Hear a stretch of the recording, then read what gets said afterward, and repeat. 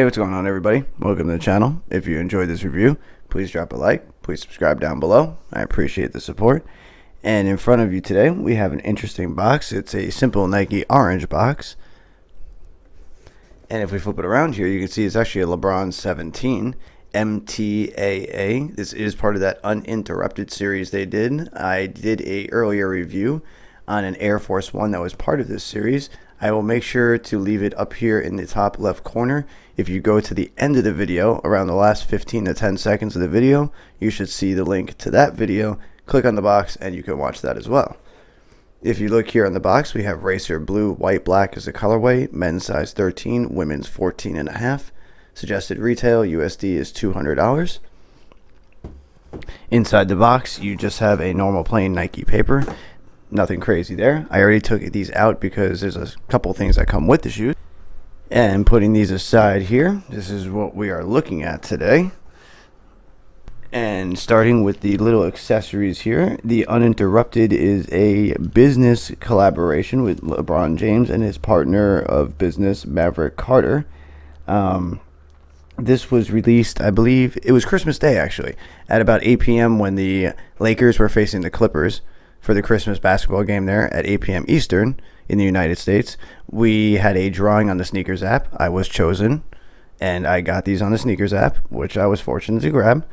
And in the box, you get a separate shroud piece. As you can see, they are Velcroed back along the edges. It says "More Than an Athlete" with the LeBron James logo at the bottom. As you can see, these do go across the upper. And you get the two markers like the Air Force One, one in the royal style blue and a black. And if we take these over here and bring up a little bit of a closer look, there is a little bit of a couple of different details on each shoe. I will go over those. The first thing you have is a checkered style lace with a royal blue and black with a white tip. The shroud up top is what unvelcros.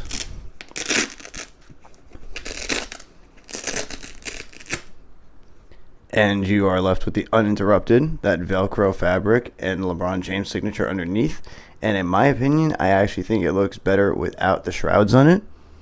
That's just my opinion. I think it looks better without the shroud. We'll leave that off for now. Let you guys decide because we have this one back here. And if you also notice, you have the air bubble completely blanked out. It is painted over in white. There is no exposed air bubble besides the inside on the forefoot up front. That is on both shoes. That one as well has the exposed air bubble right there. That is it. Everything else is painted over. You have a Nike check right back here, which looks like it is drawn on with a Sharpie. The other one has the same as well. And this looks like the canvas they're giving you to, use the markers, create your thing, write on it, whatever. And you've got this little part down here, which I believe can also be wrote on. You have a knit posit upper, which is what Nike calls this material, in case anybody is not familiar with LeBron's or kind of new to that. And the detail that's different on each shoe is actually this pattern you see on the heel. It's going to be a little difficult to get, but if we bring it up really close, oh, there we go. It focused nicely. You see a marble pattern in that deep navy blue, black, white. So it is like a marble swirl. And I like that. It's a little bit different. And I thought that was a nice little touch into the design. So it's not just a simple navy back on a royal front. So it kind of mixes up the color, gives a little more design. And as you can see, the knit here is like a, kind of hard to say. It's bumpy. It's like almost like a cobblestone street. And then over here, you have a different knit pattern, which is kind of like a zigzag, as you see going up. It actually looks really good. The material feels nice. The knit is really good. Blue is actually my favorite color, so I really like the color of the upper. The blue is a really nice blue on these. And I will actually bring up the other shoe real quick. You can see the back has a same color marble, but the marble is different because the pattern obviously changes. So if I bring this up, you can see there's a little bit more white in the texture. The pattern's a little bit easier to see. It's a little more visible. There's a little bit more predominance in the black. So if we take the other one, bring it up here. You could see what I'm talking about.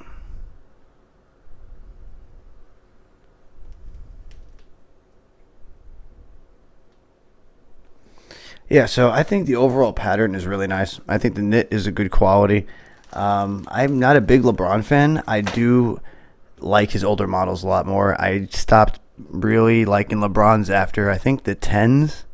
There were a couple of colorways of the 12s I liked, the 11s, But after that, I don't know. It just wasn't really my thing. I did actually have the LeBron 2s back in the day. If you guys remember those, they had the strap across the top, and it had the lion with the laser etching. And I had them in the gray, blue, and white colorway. I believe that was back in like 2005. So yeah, that's a little history for you about how long I've been into sneakers, and it's even a little bit before that. And that's really about it. Not too much other detail. You do have a weird little flap here on the back of the heel, which comes up above this padding. I find that a little interesting, but at the same time, I don't know if these are going to be like an everyday sneaker for everybody. They look like they're a pain in the ass to get on and off. I have not tried them on, mainly because I'm not going to keep these. Once again, like I said, I'm not really a huge fan of newer LeBron models, but you got a little bit of that fabric coming up here with the point, so these will probably eventually flap over time. And that's really about it, guys. Not too much else to talk about. There's the outsole. And yeah, that's pretty much it. I'm going to cut the video there because I am trying to think of any other details that I might want to add, but there's nothing really else I can think of.